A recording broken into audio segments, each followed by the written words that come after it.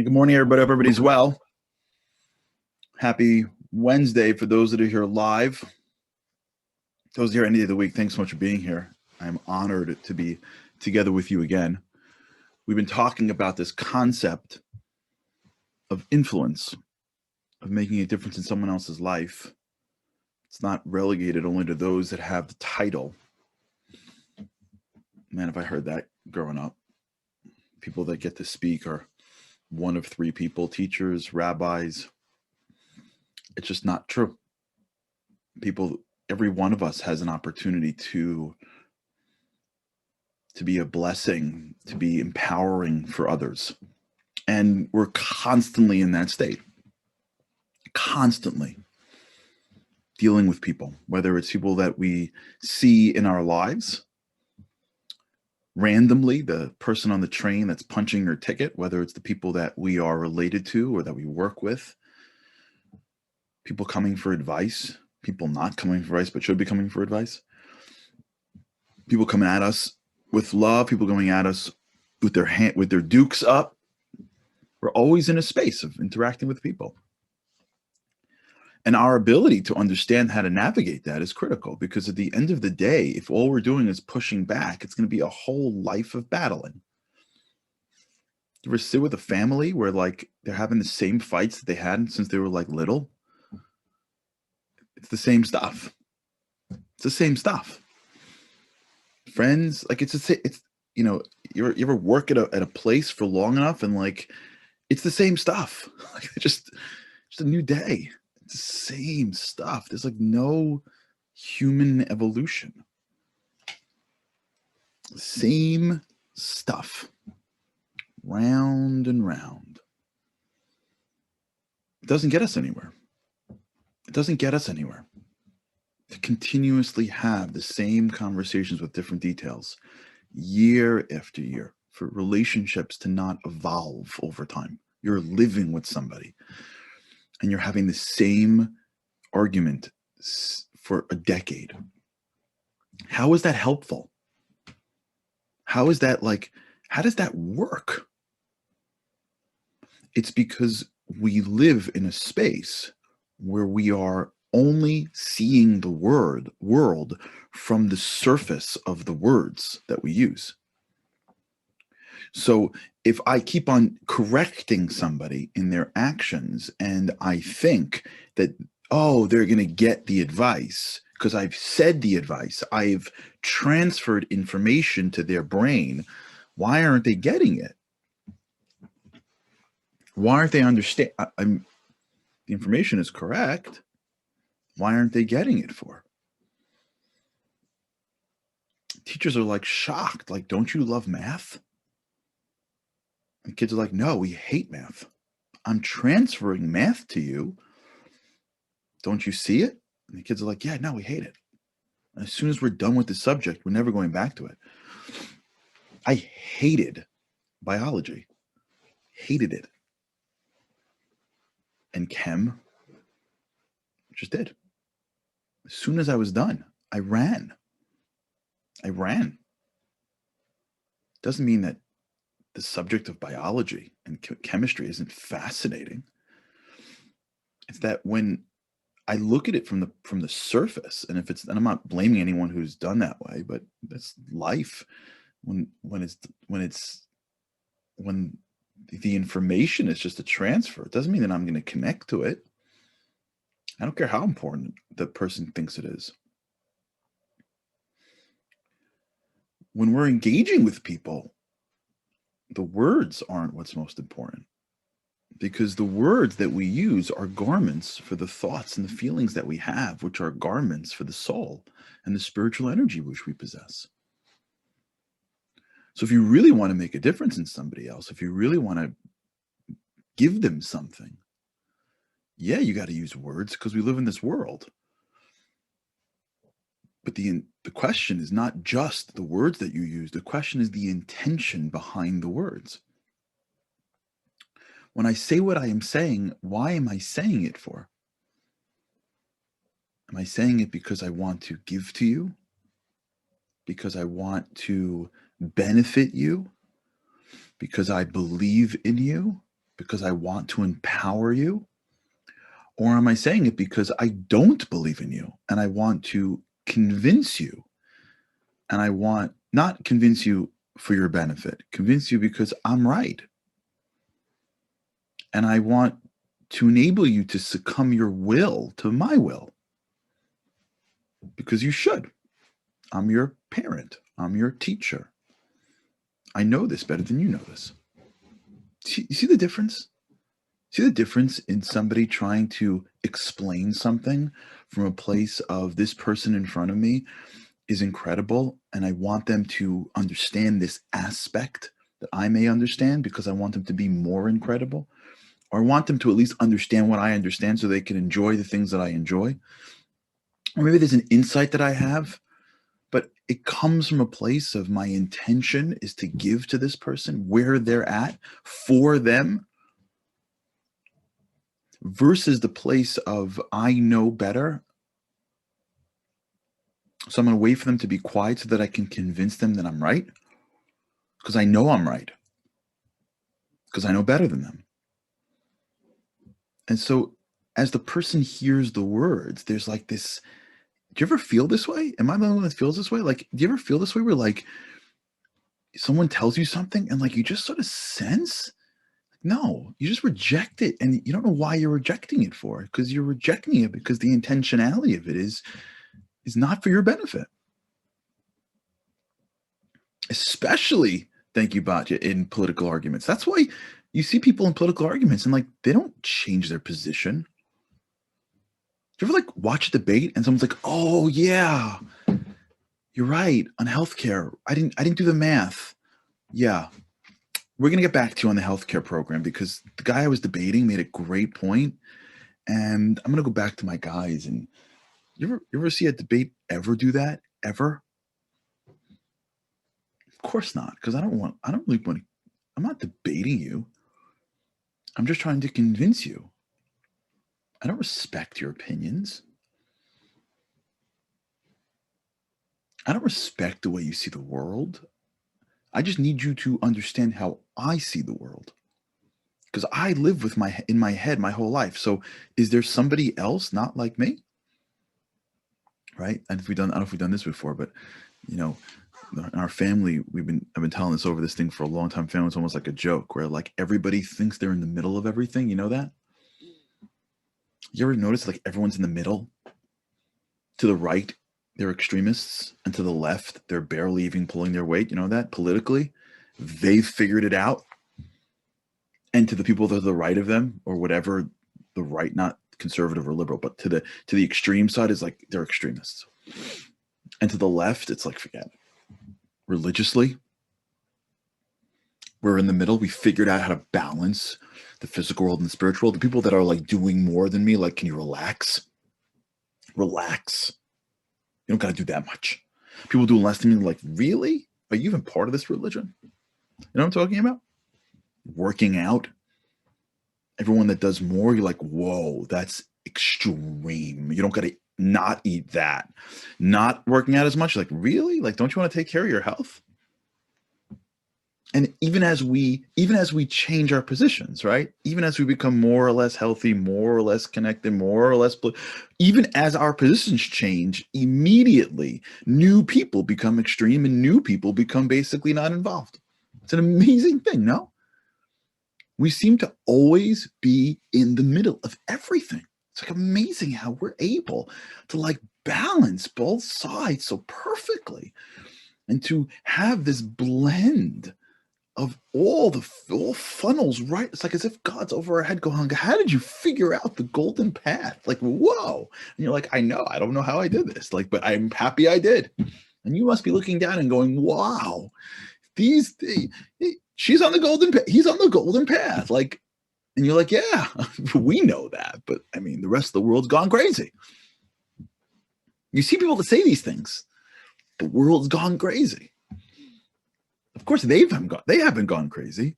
The rest of the world has gone crazy because they see the world clearly. Now, I know how the world is supposed to be. And then if you really want to like take it to the next level, then you play the game of like, you know, I call it the sharpest table politician, right? Because usually when you're running a week, you don't have time to think. So usually around the Shabbat table, that's when you can pontificate the most. So that's when you become the politician, right? If I'd be the president of the United States, like this whole thing wouldn't be an issue. If I would be the prime minister of Israel, I mean, come on. Like if I would be just king of the world, like if God would just give me his scepter for like a week, like I'd figure this stuff out. Like, and when you say it, you're so clearly convinced that you're right. I know exactly what my child needs. I know exactly what she should do. I know exactly where the community went wrong. I know this whole dynamic, like, and we're like shocked. You know, sometimes I speak to somebody and they're like shocked that like the CEO doesn't come into their office and been like, hey, I don't know what I was doing being in the CEO's office. Like I just woke up this morning and thought to myself, like, why me? Here's the keys to the company. Like, thanks for being you. And they're like shocked that like year after year, like they go to their reviews and their review is like, you really should try hard. And he's like, what? Do you know how much I contribute? As one of the companies that we work with, I'll never forget this. One of the companies we work with, they had succession planning. So they did this exercise where they asked the people, like, what do you think you're in line for? And the amount of people that said CEO was like astounding. Like the CEO and the executive team had like 3 people in mind that could potentially be CEO. And like their employees had like, it was like 50 people were like, yeah, no, of course, I could be the CEO of this place. You know what I'm saying? Why do we do that for? Part of it is because when you live in your own head, you process the world through your way. And because through your way it makes sense, you assume that through everyone's way it makes sense. So if you come from a background where you see people working really hard and you're a really hard worker by nature, you're like, why don't you step up and work hard? And you've come from a background where you see everything you've seen in your life is I can't. If you have teachers and parents that have guided you to recognize how little you are your whole life and have somehow put you down always, and somebody else shows up and it can, you're like, whoa, what's with the ego, man? And both people, I can and I can't, are looking at the other going like, what's wrong with you? You can't do that. They said do this, just do it. Do you know how many times this is happening now? Just everybody's, do you know what's going on right now in the world? Masks, no masks. Social distancing, not so, virus here, virus not. Do you know what's going on? It's not a question of like science. It's so much deeper. You have some people that never listen to anybody. They're going to listen now. And you have some people that listen. They're going to not listen now. And they're killing each other. And they work in the same office. And they're going crazy because the people that are listening are going, are you crazy? This is people's health. People that never listen, they don't listen for anything. They drive faster than the speed limit. They do whatever they want. You think like the government says do something, they're like, oh, now I'm going to listen. Are you crazy? But they don't see each other from each other's world view. They think this is about a mask. It's nothing to do with a mask. It's nothing to do with the virus. This is how people relate to rules. But who sees it like that? Who sees it like that? Nobody. So the people that are focused on the rules are going, are you crazy? You're putting people's lives at risk. People that are non-rule focused is like, would you relax? We had it. He had it. She had it. Relax. And they're killing each other. No one's saying, wait, how do I see the world from your perspective? How do I share something in a way that empathizes with how you see the world? Now, I don't know exactly how you see the world, but if I just stop focusing on how I see the world for a second and try to put myself in your shoes, and my intentionality is not to beat you over the head with my ideas, but to actually engage you so that your energy and my energy can actually create a connection, heart to heart, then the information will flow very differently. Very differently. What are you struggling with? Where are you coming from with this? I don't have to ask you a million questions. I don't have to cross-examine you. I have to stop thinking about myself for 2 seconds. I have to stop seeing the whole world from my own perspective, and everything relates to how I see the world. I happen to naturally like these things, and naturally, so just because I do, what? Why do I have to impose my worldview on you all the time? I don't remember what it was like to be a kid. I don't. And as much as parents think that they know what it's like, they don't. They absolutely don't know what it's like to be a teenager in 2021. No idea.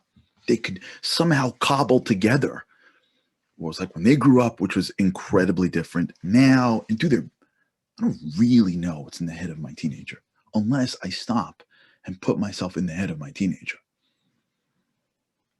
And when I speak to them, what I do in my words is I infuse in my words my intentionality, which is to make them great, to believe in them, to see the good in them, to try to look at it from their perspective.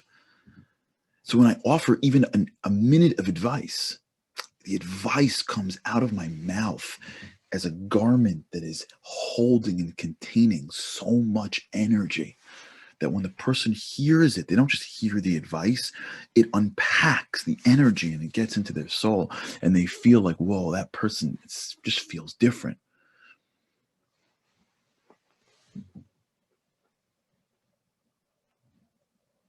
That's the difference in how some people are making a difference and some not. There's nothing to do with it. Listen, their words are important. You got to say the smart things. But I got to tell you, we've all been in a situation once where we needed some advice. We went to someone and they didn't give us much advice, but they somehow said things that really didn't move us, but moved us. We've all been there.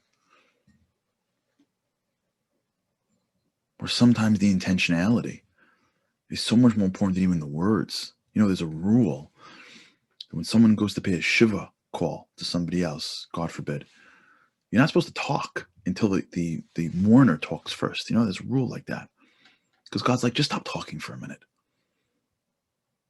And if you ever want to know why that rule is important, go to a shiva house and watch some people talk. It's ridiculous. I was in the shiva house of a woman that lost her husband, and a guy sits in the room and he's like, so how'd he die? She's like, what? It's like, and what happened? And then what happened? So he got to the hospital and he was, did he already have the fever? And I'm like, is this happening? Is this real? Is this actually? And then what? And this poor woman is like recounting every step of her. I'm thinking to myself, like, why is this guy doing? Because he's uncomfortable. And he has got to talk about something. So what is he going to talk about? It's about him and how he sees the world. I'm sure he's a good guy. You know what the rabbis say? Just don't talk. Because if you don't talk, you're going to feel. And you let somebody else speak. And they're going to share what's in their heads. And you're going to see it from their perspective. And in this case, it's not the same. You and them are not the same. In this case, it's their shiva house. And it's your job to listen to them. And when you understand what's happening in someone else's worldview, then when you speak, you'll know how to put the right intentionality, emotion, thoughts into the words that you say. And you don't got to say anything. There's nothing you're going to say that's really going to matter. It's not about what you say.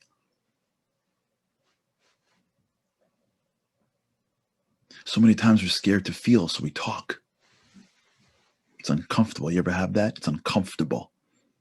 You know what that is? I don't know what I'm feeling right now. Let me just open my mouth and just let everything stream right out. Sometimes the best thing we can do is keep our mouth closed for a few minutes and feel something. And realize that what I say really, it's important, but it doesn't matter as much as I think. Really what matters is what I'm infusing in my words. And we should never know of these things, but when you sit in a shiva house and you say, I'm so sorry for your loss, with every bit of your intention, that is so much more powerful than, and then what happened? When you're sitting in front of a kid who's struggling, sometimes it's so much more powerful to say, I'm so sorry for what you're going through, honey. I'm here for you. Versus, okay, and then call this person and call that person. Sometimes We're doing that to solve our own problems. I could tell you on with this.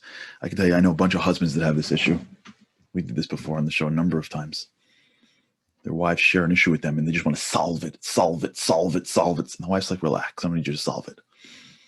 I need you just to listen to it for a minute. Just relax. Relax. You can't solve this one. Trust me. The thing that I'm talking about, no men allowed. You can't solve this. Here's what I want you to do. It's not about the nail. Very good. This is what I want you to do. I want you to listen. I want you to take your empathy and your feelings and your care and your love and infuse it into a few words and then send it over. I'm going to hear it. And what I'm going to feel now, I'm going to feel your love. And that's what I need right now. I just need to feel your love and your care. That's it. Don't worry about being smart and fancy. Just worry about being intentional. Sometimes the greatest advice we give is just packaging emotions and delivering it on someone else's doorstep so they can open up the package and get an emotion. And that's more valuable than the words. All right, we'll continue. All right, everybody. Try this. Think about this. Think about this. Think about this today when you're talking to somebody. Slow down the words, infuse it with more emotions, and just see how it feels. And see it, and just watch. Watch to see how it's received. All right. Have an amazing, amazing day. And with God's help, I cannot wait to see you again tomorrow.